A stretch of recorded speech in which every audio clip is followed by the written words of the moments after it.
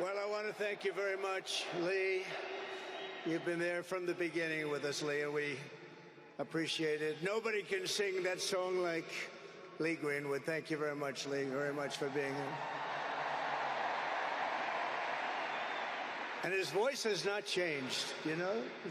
Pretty amazing. And a special thank you to Erica, because today America is a nation in grief, a nation in shock, and a nation in mourning. Less than 2 weeks ago, our country was robbed of one of the brightest lights of our times, a giant of his generation, and above all, a devoted husband, father, son, Christian, and patriot. Charles James Kirk was heinously murdered by a radicalized, cold-blooded monster for speaking the truth that was in his heart. He was violently killed because he spoke for freedom and justice, for God, country, for reason, and for common sense. He was assassinated because he lived bravely, he led boldly, and he argued brilliantly without apology. He did what was right for our nation. And so on that terrible day, September 10th, 2025, our greatest evangelist for American liberty became immortal. He's a martyr now for American freedom. I know I speak for everyone here today when I say that none of us will ever forget Charlie Kirk, and neither now will history.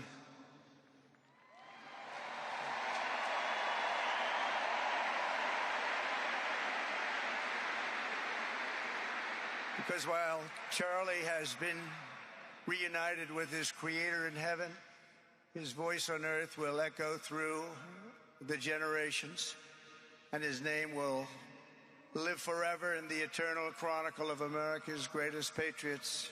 He will live forever.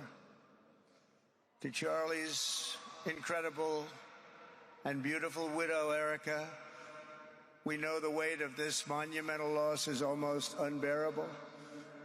But even in the midst of heartache and pain too great to even fathom, you have somehow found the strength and deep faith to be a comfort to millions and millions of people. And thank you very much, Erica. Thank you very much.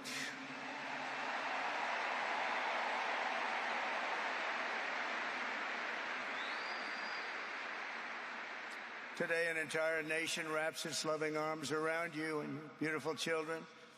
We share in your immense and overwhelming sorrow, and we vow that we will do everything we can to ensure that your children grow up in a land where their father is honored and revered as a great American hero. That's what he is.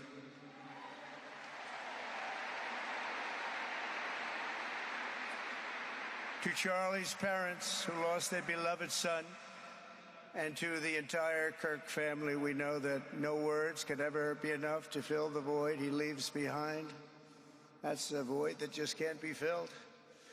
But I hope the extraordinary outpouring of emotion over these past 11 days has comforted you with the knowledge that your son brought more good and love into this world in his 31 short years than most people, even very, very successful people, can bring in a lifetime.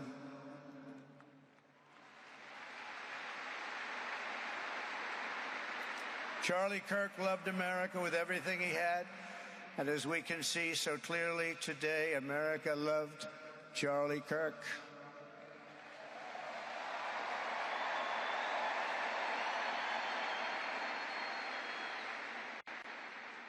And he could always draw a big crowd. Look at this today. Look at what's gone on. This is a big crowd.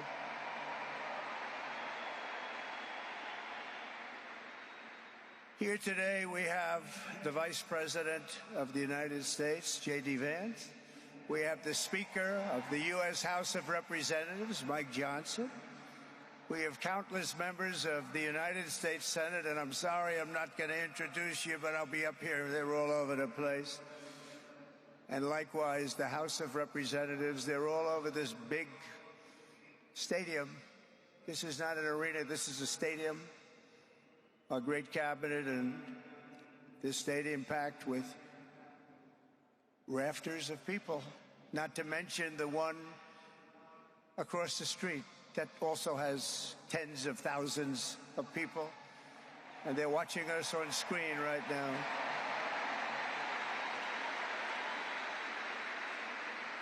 And I'm sorry we couldn't get you in. If anybody would like to give up your seat, please walk across the street. But this is like an old-time revival, isn't it? An old-time revival.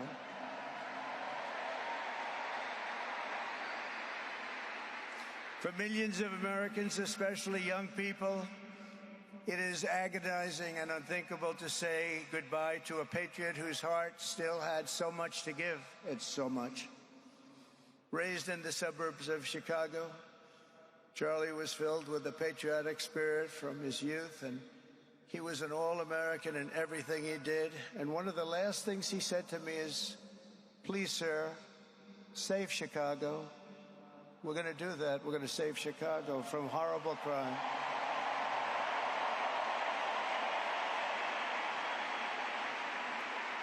In high school, he was the quarterback of the football team and the captain of the basketball team. He was a good athlete. A lot of people don't know that about Charlie. He was an Eagle Scout who spent his school lunch breaks listening to another champion for liberty, somebody that he greatly admired, Rush Limbaugh.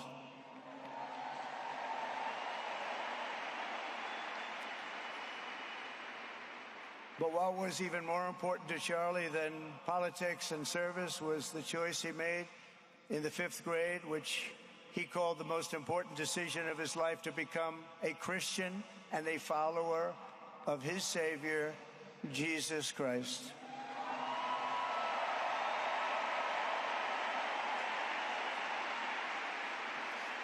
Inspired by faith and his love of freedom, Charlie did something remarkable when he was just 18 years old.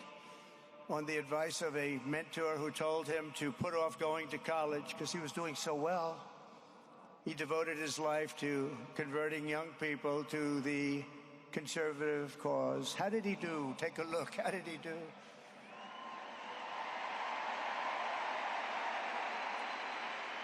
In 2012, 2 days after graduating high school, and with just $1,800 in his pocket, the young man from Illinois, who no one had ever heard of, started an organization whose grand ambitions were captured in its name, Turning Point USA. Great name.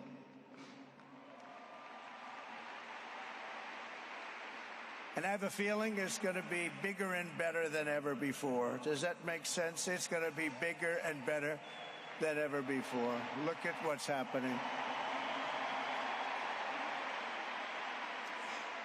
12 years ago, Charlie walked onto his first college campus, the very liberal University of Wisconsin at Madison. He set up a card table and put up a sign with 3 words: "Big government sucks." Could you believe that? That's Charlie. That day, Charlie talked to every student who approached him, most of whom were probably quite a bit older than he was. Finally, after many hours, he found the first ever Turning Point chapter leader. His first year out of high school, Charlie traveled 300 days raising money and taking his message to campuses all over the country. He lived out of his parents' basement, and they actually loved having him there. They loved Charlie. Everybody loved Charlie. And on the couches of friends and supporters, he lived off couches for 2 years, 3 years. Then life started getting a little bit different, but he was always the same. For 5 years, he refused to take a paycheck, but day after day, he worked from 5 a.m. in the morning till 11 p.m. in the evening, always. His staff remembers that he wore Walmart jeans and T-shirts from the Goodwill store. Remember the Goodwill store? It wasn't easy, but Charlie wasn't in it for money at all, never has been. Money was never his thing. He was always in it for the mission. As he liked to say even back then, we have a country to save. Just what he did. He'd call me all the time, sir, we have a country to save. I said, Charlie, thanks very much for telling me that. I appreciate it. Charlie volunteered for my 2016 campaign and traveled the nation with my son, Don and Eric. I got to know him very well and saw immediately that Charlie was actually a master builder of people. It was Charlie who first started organizing young black conservatives hungry for support and leadership. It was Charlie who stood up for persecuted Christians and Jews on college campuses. It was Charlie who helped bring online censorship, free speech, and cancel culture to the fore of our political debate. He was right up there with me. It was Charlie who helped unite MAGA, and you know what M-A-H-A is? That's right, Make America Healthy Again.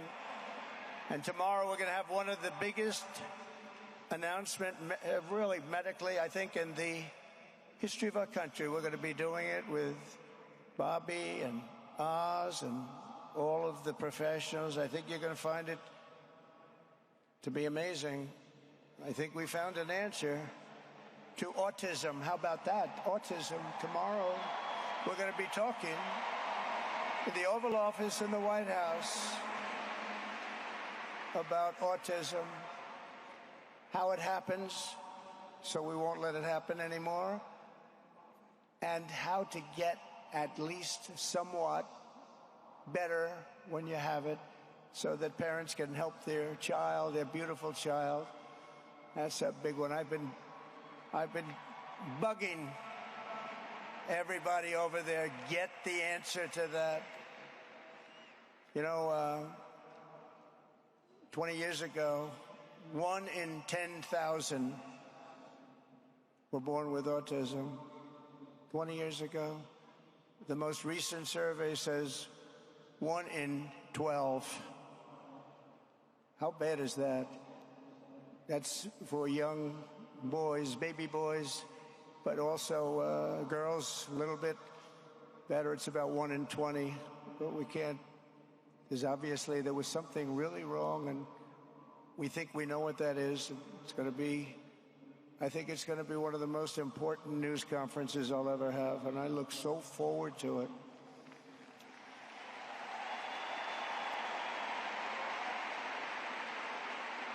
And you know who else looked forward to it? Because he knew. I tell him a little bit about what was going on. Was Charlie. He would have been front row center, believe me. We'll be missing him tomorrow. It was such a big deal for him, too. He brought together Donald Trump, Bobby Kennedy, right here in the great state of Arizona 1 year ago. Remember that? What a night, what a day that was. And it was Charlie who was among the first to speak to me about a man from Ohio by the name of J.D. Vance. Have you ever heard of him? He's doing a good job.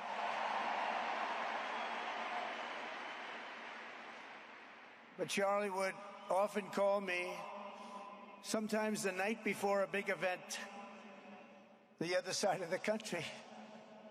And he'd ask me, he'd say, do you think you could come and speak at the event? The following day, right? I'd say, Charlie, I'm the president of the United States. You want me to travel 4 hours by plane? And you know, sometimes I did it. He was a very good guy. He was a very convincing guy. He didn't stop, but he would ask for things like that. Sir, could you be tomorrow in California? I said, Charlie, give me a break, please. He just wouldn't stop. And he succeeded. But I almost always went because you never wanted to let Charlie down. He worked so hard. You just didn't want to let him down. I felt guilty. It made me feel very guilty. As president, many people asked me for things, but Charlie was one of the few who always gave more than he took. He was a giver much more than a taker.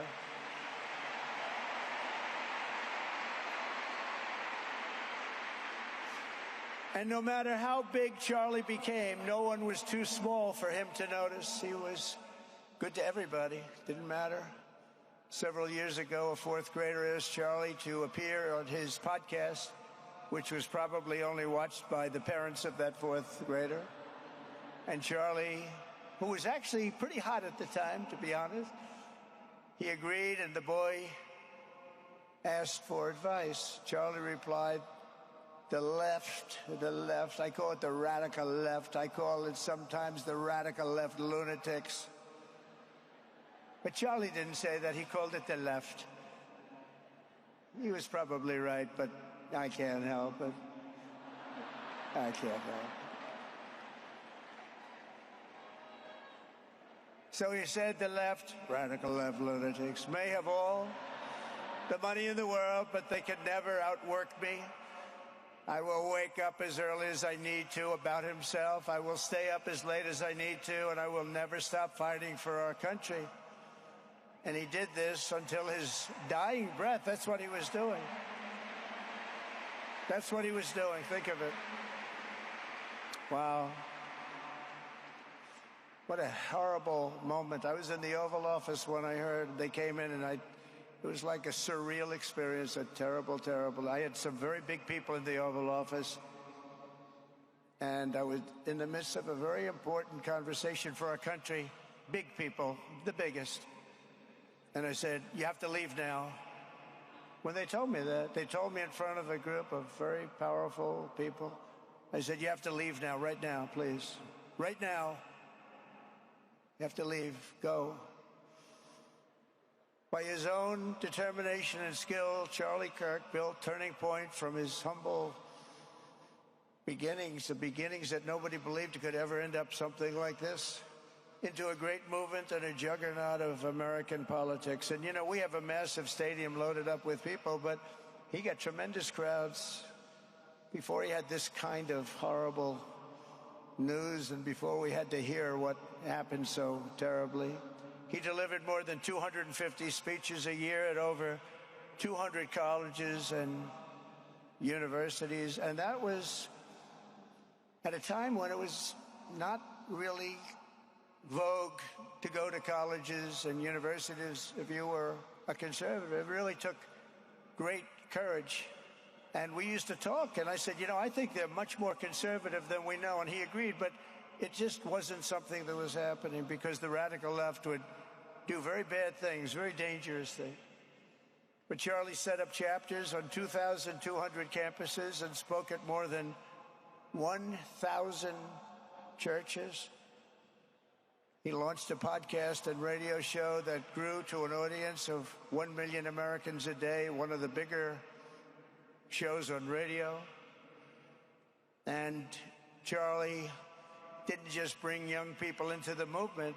All of a sudden, it started to grow by leaps and bounds. By 2024, we won more young people than any Republican candidate in the history of our country, including, for the first time, a majority of males under 30. Can you believe it? Remember when Republican presidential candidates would get 4%? No, we did unbelievably with young people. And he was a big, big factor. Unbelievable. But he made me work for it. Sir, you have to make a speech here. You have to make a speech there. But we did it, and we won, and our country is doing unbelievably well now. We had a country that was dead 1 year ago, and now we have the hottest country anywhere in the world. And Charlie helped us make it that. One of the great people. But through it all, the core of Charlie's message and his basic method never changed. It never really changed. He stayed the same person also. At every campus event, Charlie asked the people who disagreed with him to come forward, and instead of silencing them, he handed them a microphone and let them speak. And he'd convinced so many of them. It was a pretty amazing thing to watch, actually. Shortly before Charlie arrived on campus, the day he was assassinated, a staff member texted him that there were many critics and students who were opposed to his views and rather strenuously in the crowd. And that actually made him feel good because he wanted to convince them. He understood. He really did. He understood what was right. And he was right about that. A lot of it was based on common sense, by the way. Charlie wrote back to the staff member saying, "I'm not here to fight them. I want to know them and love them, and I want to reach them and try and lead them into a great way of life in our country." In that private moment on his dying day, we find everything we need to know about who Charlie Kirk truly was. He was a missionary with a noble spirit and a great, great purpose. He did not hate his opponents. He wanted the best for them. That's where I disagreed with Charlie. I hate my opponent, and I don't want the best for them. I'm sorry. I am sorry, Erica. But now Erica can talk to me and the whole group, and maybe they can convince me that that's not right, but I can't stand my opponent. Charlie's angry. Looking down, he's angry at me now. He wasn't interested in demonizing anyone. He was interested in persuading everyone to the ideas and principles he believed were good, right, and true. Before each appearance, he prayed these words: "God, use me for your will." Always said the same thing: use me for your will.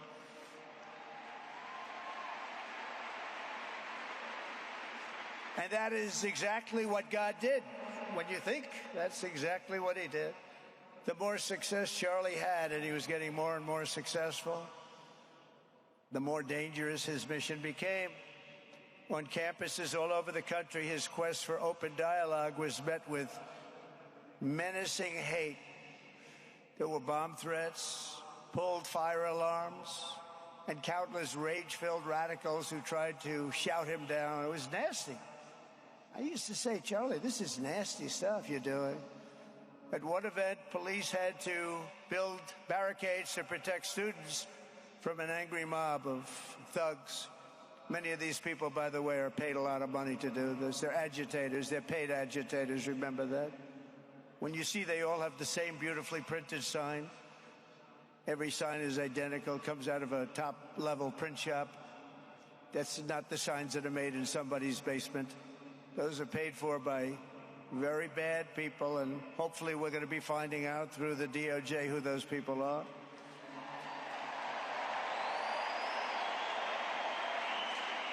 At another college, Antifa terrorists shattered windows, threw rocks, and tried to storm the building where Charlie was speaking.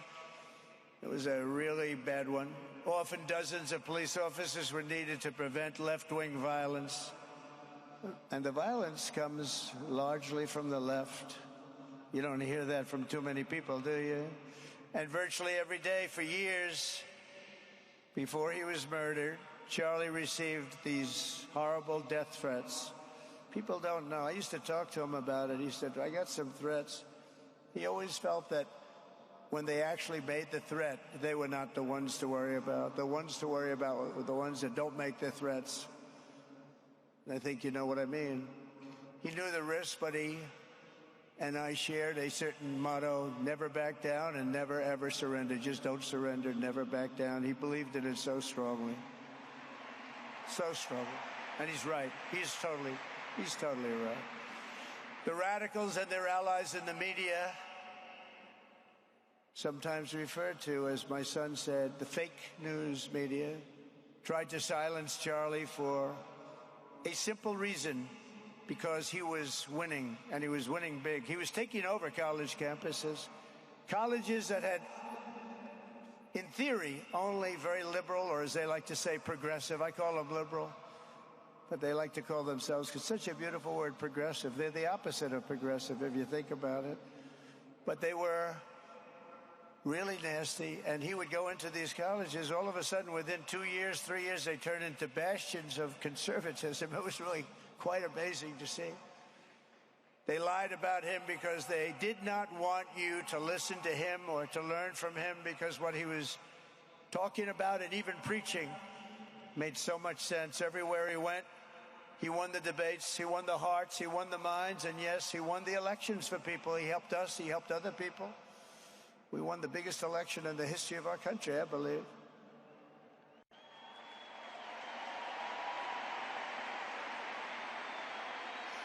Charlie Kirk was without a doubt among the most influential figures in the most important election in the history of our country.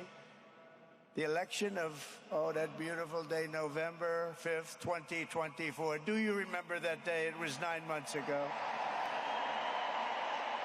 What a day that was. I mean, we had a pretty good day in the first one. And I must tell you, on the second one, we had a phenomenal day. But a lot of bad things happened. And now that's not even questioned. They cheated like dogs. But we got them back, didn't we, huh? Got them back. But we owe Charlie a profound and eternal debt of gratitude now. Just like Charlie and Erica made Turning Point hot, we are looking at a country that has the chance to attain a level like never before. Tariffs are making us rich again, richer than anybody ever thought was possible. And the only one challenging them are people that hate our country or foreign countries that are paying a price, because they did the same thing to us for years. They took advantage of us, but we're making money. We're becoming richer and richer. And we're taking care of our people better and better when we do that. And we can take care of other countries better and better. But we're doing unbelievably well. The tariffs have really been a hold. The election was big, but the tariffs, because of the election, came in. And remember, other nations do that to us. And Charlie understood that. He saw the money. He saw what was coming into our country, and we can use that for Medicare, Medicaid, Social Security, all of these things that we fight so hard for. And that's exactly what's happening. The numbers are incredible. When the news finally came out on election night last November that the race was officially won, came out pretty early in the night. Charlie was live on camera. In that moment, he was overcome with emotion. I've never seen him like this. He was so happy. For a long while, he said nothing. His eyes were filled with tears, and then he buried his face in his hands and he started crying. That wasn't the Charlie I knew, but in thinking about it, it actually was the Charlie I knew, because he had a tremendous heart. He just wanted what was good for our country, and he saw us going in such a horrible direction. Lovingly, Eric, and this was so beautiful, Erica put a MAGA hat on to cover his bowed head. I like that very much. MAGA, we love. Does everybody love MAGA? Make America great again.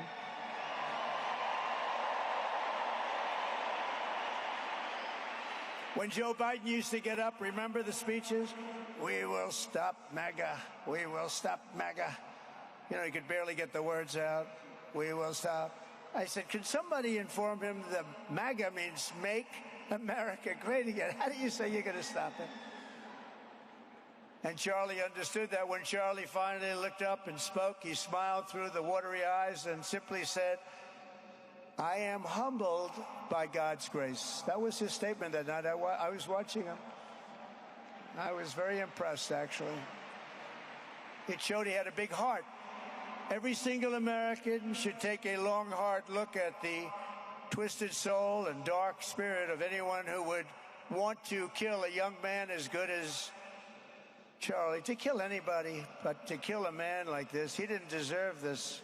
He didn't deserve this. Our country didn't deserve this. And anyone who would make excuses for it are just out of their mind. Charlie's murder was not just an attack on one man or one movement. It was an attack on our entire nation. That was a horrible attack on the United States of America. It was an assault on our most sacred liberties and God-given rights. The gun was pointed at him, but the bullet was aimed at all of us. That bullet was aimed at every one of us. Indeed, Charlie was killed for expressing the very ideas that virtually everyone in this arena and most other places throughout our country deeply believed in. But the assassin failed in his quest because Charlie's message has not been silenced. It now is bigger and better and stronger than ever before, and it's not even close.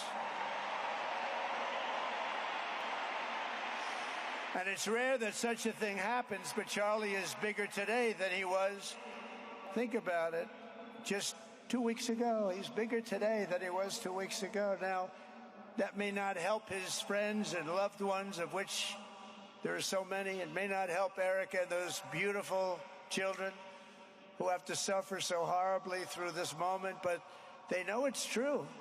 He's bigger now than ever before, and he's eternal. He's eternal. And I just want to say we love him. And he's looking down at us right now, and he's saying, wow, that's a great crowd. He's saying, that's a great crowd.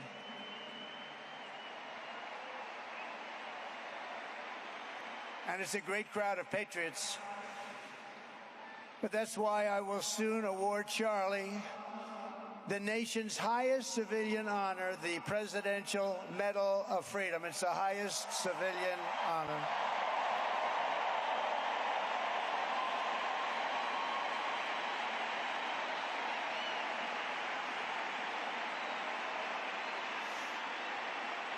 And we will do the ceremony at our beautiful White House in a very safe Washington, D.C., a place that Charlie truly revered.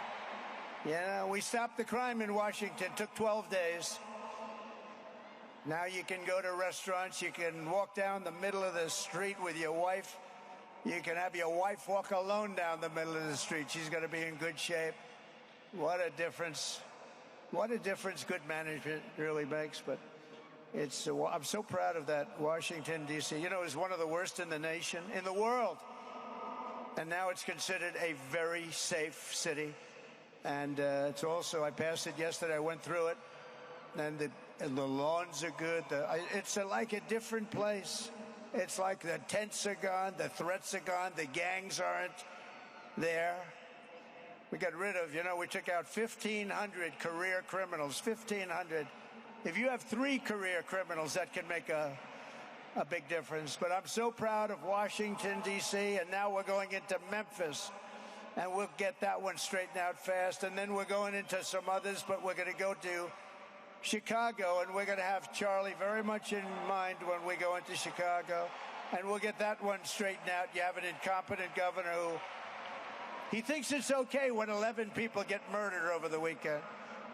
He thinks you don't have any crime when 11 people get murdered and 28 people get shot. He says he's got crime. No, they don't have it under control, but we'll have it under control very quickly. So we're going to be doing that. And Charlie loved what we were doing. He was so proud of what happened. He was there to see it. He's so proud of what happened in Washington, D.C.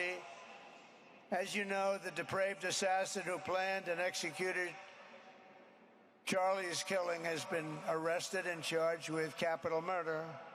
God willing, he will receive the full and ultimate punishment for his horrific crime. It's a terrible thing.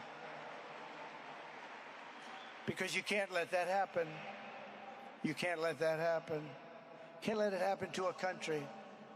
The Department of Justice is also investigating networks of radical left maniacs who fund, organize, fuel, and perpetrate political violence. And we think we know who many of them are.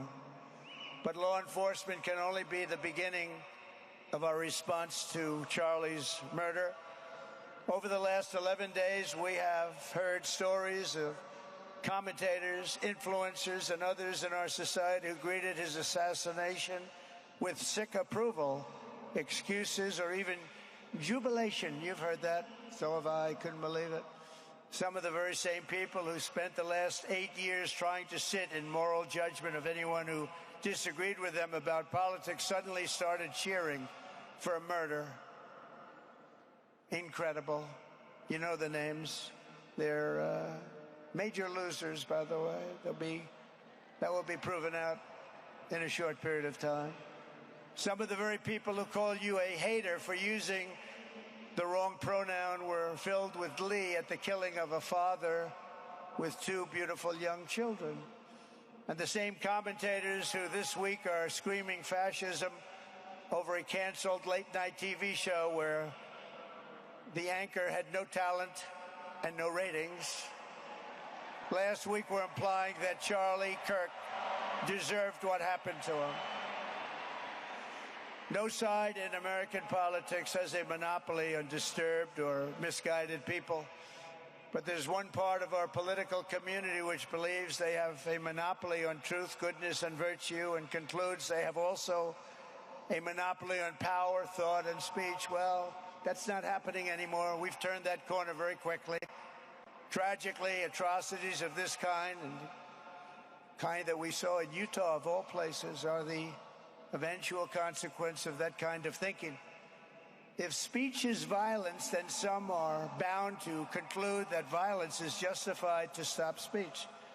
And we're not going to let that be justified. The tradition of reason and open debate that Charlie practiced is not a pillar of our democracy. In many ways, it's the basis of our entire society. It's the right and inheritance of every free American, the greatest legacy of the Enlightenment, and among the most treasured achievements of civilization. We will defend it at all costs, and we will carry forward the torch of liberty that Charlie Kirk held so proud and so high. He was so proud, and he did hold that torch high. We will never, ever let it fail. We will never let it fail.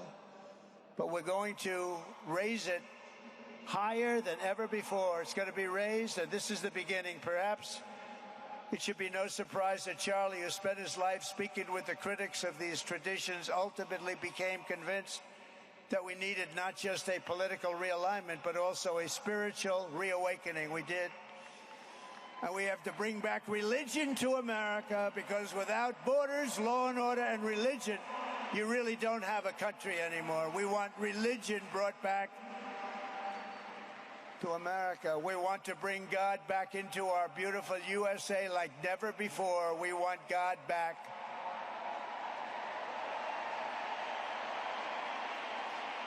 Charlie would have been so pleased to hear his friends and colleagues today giving testimony and giving glory to God.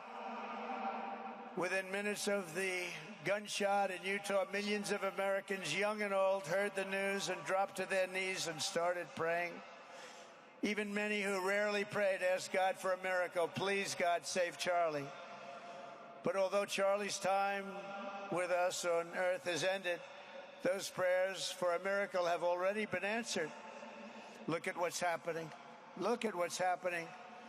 In the days since Charlie's death, we have seen how his legacy has touched so many millions around the world. In Calgary, Canada, thousands gathered at City Hall to sing the American national anthem and raise up posters with the name Charlie Kirk. In Seoul, South Korea, crowds gathered to wave American flags and shout, "We are for Charlie Kirk." His memory has been honored in the streets of Berlin, Warsaw, Vienna, Sydney, Madrid, London, Tel Aviv, and all over the world. So beautiful to watch. A man as far away as rural Australia texted a pastor, "I'm going to come to church tomorrow for the first time ever." The pastor asked, "Why is that?" The man replied, "Because of Charlie Kirk." Can you imagine? The lesson of Charlie's life is that you should never underestimate what one person can do with a good heart, a righteous cause, a cheerful spirit, and the will to fight, fight, fight. Have to fight. We're saving our country. And Charlie's a big factor, such a big factor. Charlie Kirk started with only an idea to change minds on college campuses, and instead he ended up with a far greater achievement, changing history. He changed history. Today, Charlie Kirk rests in glory in heaven for all eternity. He has gone from speaking on campuses in Wisconsin to kneeling at the throne of God, where he is right now.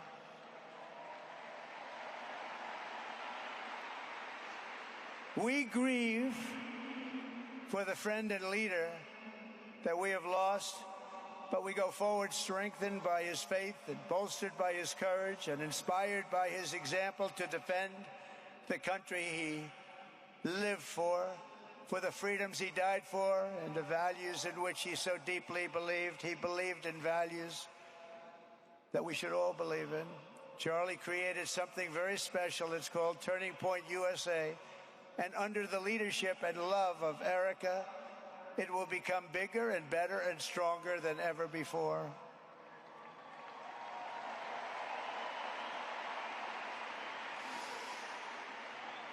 So, Charlie, we all want to thank you. We want to say a very loud God bless you, Charlie. God bless you for what you've done is incredible. And God bless Erica and the children. God bless the United States of America. And could I ask Erica, please come out. Erica, please come out. Thank you.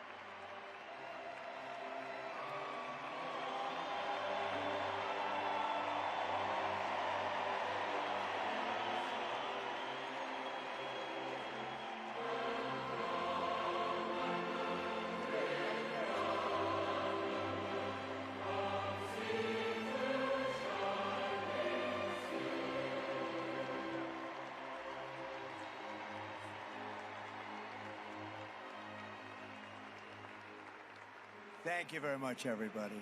Thank you very much, and good luck. God be with you. Thank you.